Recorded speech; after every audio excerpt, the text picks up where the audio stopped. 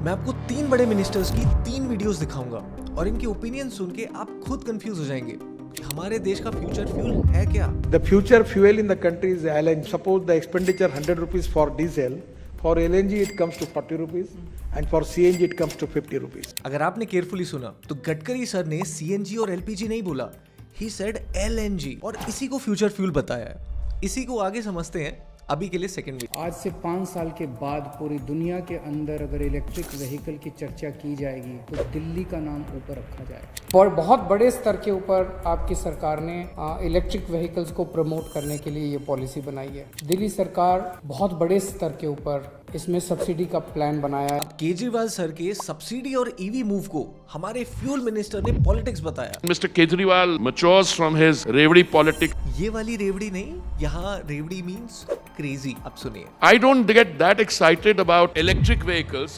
because my point is if the grid is not green yet, but we don't stop here. But I think the fuel of the future really is green hydrogen. मेरी तरह confuse हुए हो नहीं था, क्योंकि शुरू से हमें ये बताया गया है कि ईवी इज द फ्यूचर, लेकिन यहाँ पे सबकी स्टेटमेंट्स अलग अलग हैं और ये कोई छोटे मोटे मिनिस्टर्स नहीं है जो बिना सोचे समझे कुछ भी बोल दे। For those who don't know, first में थे Gadkari sir, minister of road transport and highways. फिर आए Kejriwal sir, the most powerful chief minister of this country. And third में Hardeep Puri sir, minister of petroleum and gas. Easy words में minister of fuel. Regardless of what infrastructure you are trying to build, let it be CNG, LNG, EV या फिर hydrogen, पूरे country में अगर fuel infrastructure बनाना है तो इन 2 ministers का सबसे बड़ा रोल है और फिर इस इंफ्रास्ट्रक्चर के इम्प्लीमेंटेशन कराने का काम चीफ मिनिस्टर्स का होता है। बट जब सबके कमेंट्स और ओपिनियंस अलग अलग हो तो हम किसकी बात माने? And every statement can not be true.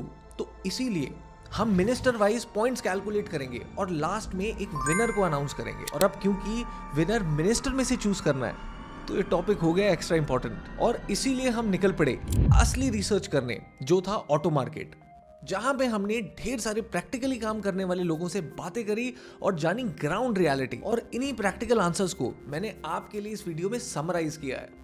Before we move ahead, I want to let you know that we have a mission to build a community of people like you and an entrepreneurship school. और आप हमें support करना चाहते हैं तो please subscribe करें अभी decode with अभिनव को, और इस स्टेज पे हमें आपकी सबसे ज्यादा जरूरत है। Thank you. जब इंटरव्यू चल रहा था तभी मुझे इंटरव्यूई ने एक अलग ही पर्सपेक्टिव दिया। उन्होंने कहा जब फ्यूल इतना अबंडेंस में है, ये कंट्री $100 अ बैरल से प्राइस डिक्रीज करके $10 अ बैरल भी कर दे तो इन्हें लॉस नहीं होगा। तो ये टेस्ला जैसी US बेस्ड कंपनीज ईवी को ट्रेडिशनल फ्यूल से रिप्लेस क्यों करना चाहती है? तो इसका सिंपल आंसर उन्होंने दिया, geopolitics.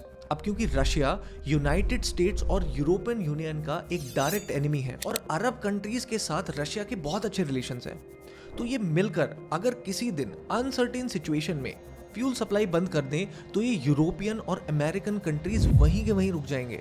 I hope you remember a while back when United States and whole European Union combined posed all the possible sanctions and restrictions against Russia. And even after all that, this is the statement that they gave. Russia is blackmailing us. Russia is using energy as a weapon. And therefore, in any event, whether it's a partial major cutoff of Russian gas or a total cutoff of Russian gas, Europe needs to be ready. लेकिन इतनी बड़ी दुश्मनी के बाद भी US और पूरा Europe via India Russia का ही फ्यूल यूज कर रहे थे बिकॉज दे वर हेल्पलेस। लेकिन डेवलप्ड कंट्रीज जैसे US का इस पे बोलना है कि हमें पॉल्यूशन कम करना है, इसीलिए इसका अडॉप्शन नेसेसरी है। बट मेरे ओपिनियन से ये एक तीर में 2 निशाने वाली बात है। और किसी भी टेक्नोलॉजी को अगर चेंज करना है या पुरानी को कंप्लीटली स्क्रैप करके रिप्लेस करना है तो उसे थोड़ा बेटर नहीं, मल्टीपल टाइम्स बेटर होना पड़ता है। और इसीलिए हम एक्सप्लोर करते हैं सारे के सारे ऑप्शन। एसेंशियली विनर भी तो घोषित करना है। और सबसे बड़ी प्रॉब्लम ये है मेरे लिए कि तीनों बहुत बड़े मिनिस्टर्स हैं और मैं भी दिल्ली में हूँ। अगर कोई गलत विनर बता दिया तो पता लगा अगले दिन। तो इसीलिए आई प्रॉमिस मैं रैशनली सब बताऊंगा। और सबसे पहले सबसे क्यूरियस फ्यूल से शुरुआत करते हैं, LNG, जो है लिक्विफाइड नेचुरल गैस। अब ये CNG कंप्रेस्ड नेचुरल गैस से थोड़ा ही डिफरेंट है। वैसे तो ये दोनों गैस प्योर मीथेन है, बस इनके स्टेट्स में थोड़ा सा डिफरेंस है। जहां CNG सिर्फ कंप्रेस हो सकती है गैसियस स्टेट में, वही LNG कोल्ड स्टेट में गैस से लिक्विड में आ जाती है। और अगर LNG लिक्विड फॉर्म में आ गई तो इसका मतलब है वो 1/600th ऑफ द साइज पे आ गई। इजी वर्ड्स में एलएनजी ठंडा करने पे 600 सिलेंडर की गैस आप एक सिलेंडर में कर दोगे। इसका मतलब समझ रहे हो? इट्स लाइक आपकी पूरी सोसाइटी के सिलेंडर और आपका एक सिलेंडर बिल्कुल बराबर है। और इसी वजह से एलएनजी देती है कमाल की रेंज।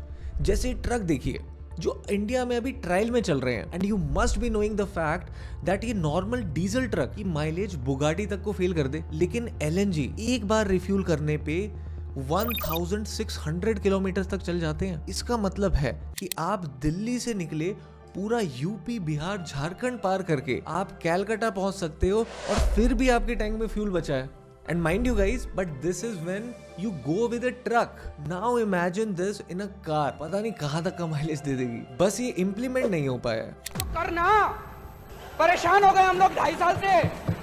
एक्चुअली इसकी इम्प्लीमेंटेशन में इसका सबसे बड़ा हर्डल है, क्योंकि एलएनजी को हमेशा कूल रखना पड़ता है। अच्छा गेस करो कितने टेम्परेचर पे कूल रखना पड़ता होगा? The answer is -162 degree Celsius. तो इसीलिए इसका इंफ्रास्ट्रक्चर बिल्ड करना है तो कैपिटल एक्सपेंडिचर काफी हाई होगा।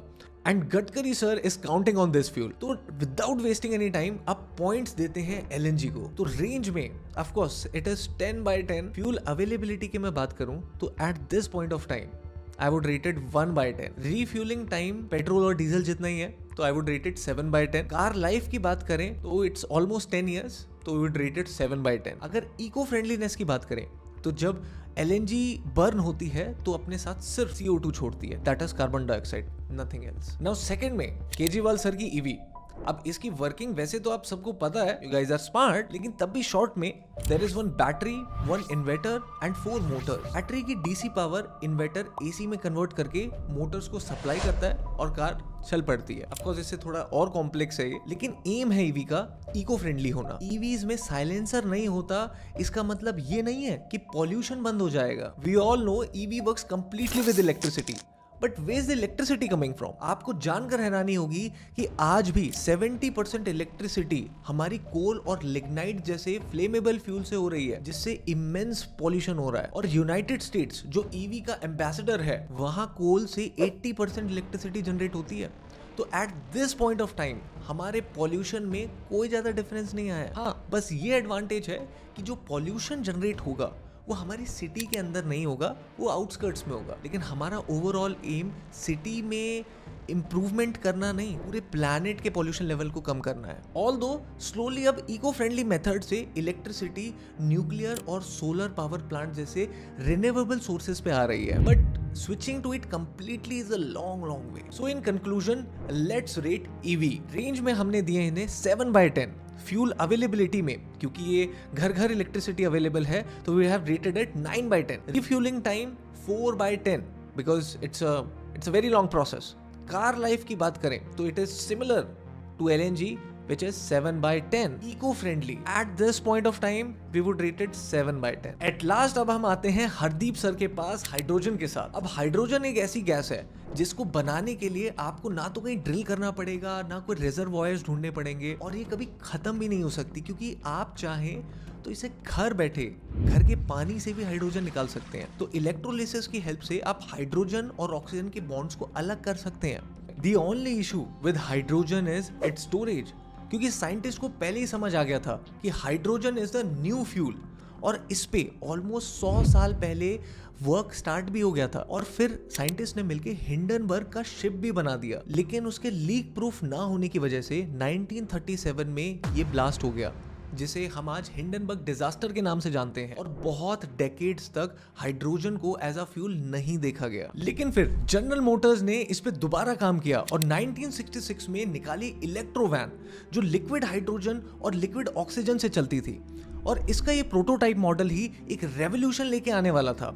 लेकिन तभी एक एक्सीडेंट होता है और इस वैन में ब्लास्ट हो जाता है, जो इतना पावरफुल होता है कि इसके चिथड़े उड़ जाते हैं, जो आधा किलोमीटर दूर तक जाके गिरते हैं। और गवर्नमेंट की एडवाइजरी पे हाइड्रोजन फिर से सालों तक बंद हो जाता है। लेकिन अब हमारी मॉडर्न टेक्नोलॉजिकल एडवांसमेंट्स और हमारी LPG और CNG जैसी गैसेस पे कंप्लीट कंट्रोल एक सक्सेस है। और तभी अब टोयोटा, ह्यूंडई जैसी बड़ी कंपनीज अपने हाइड्रोजन मॉडल्स लॉन्च करती जा रही है। और इनफैक्ट दिल्ली में हरदीप सर ने हाइड्रोजन बसेस तक लॉन्च कर दी। हरदीप सिंह पुरी ने देश की पहली हाइड्रोजन से चलने वाली बस को हरी झंडी दिखाई।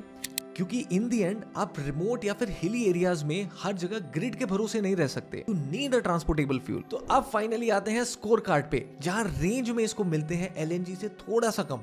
9/10 फ्यूल अवेलेबिलिटी में hydrogen at this point of time we would rated just 2/10। Refueling time पे hydrogen is very quick and we would rated 9/10। Car life की बात करें तो इसकी लाइफ ईवी और एलएनजी से थोड़ी कम है, इसीलिए we have kept it at 5/10। और अगर इको फ्रेंडली मैनर में बात करें तो अगर इलेक्ट्रोलिसिस से आप हाइड्रोजन बनाते हैं तो इट इज अ क्लियर 9/10। तो अब बारी आ गई है तीनों के स्कोर कार्ड को कंपेयर करने की, जिसमें एलएनजी को मिलते हैं 33 पॉइंट्स, ईवी को मिलते हैं 34 पॉइंट्स और हाइड्रोजन को मिलते हैं 34 point. Essentially it's a tie between EVs and hydrogen. लेकिन लॉन्ग रन में अगर चार्जिंग टाइम कम होता है और इको फ्रेंडली मेथड से इलेक्ट्रिसिटी जनरेट होती है तो EV will definitely win the race. However, बड़े ट्रांसपोर्टेशन मीन्स की बात करें जैसे ट्रक या फिर कार्गो शिप, इनमें आप इतनी बड़ी बैटरी लगाएंगे तो ओवरऑल कॉस्ट बहुत हाई चली जाती है। और इलेक्ट्रिसिटी की भी तो लिमिटेशंस हैं। Even in the case of aviation, अभी तक सिर्फ एयरबस है जिसने ट्रेडिशनल फ्यूल से हटके एक एयरक्राफ्ट बनाने की बात करी है, और वो भी इलेक्ट्रिसिटी पे नहीं, हाइड्रोजन पे। 2035 तक वो इसे लॉन्च कर देंगे। तो without any partiality overall winner नहीं चूज कर सकते। It's subjective to the time and the need and also the mode of transport that we are referring. This is Abhinav signing off. Make sure you subscribe the channel. Thank you.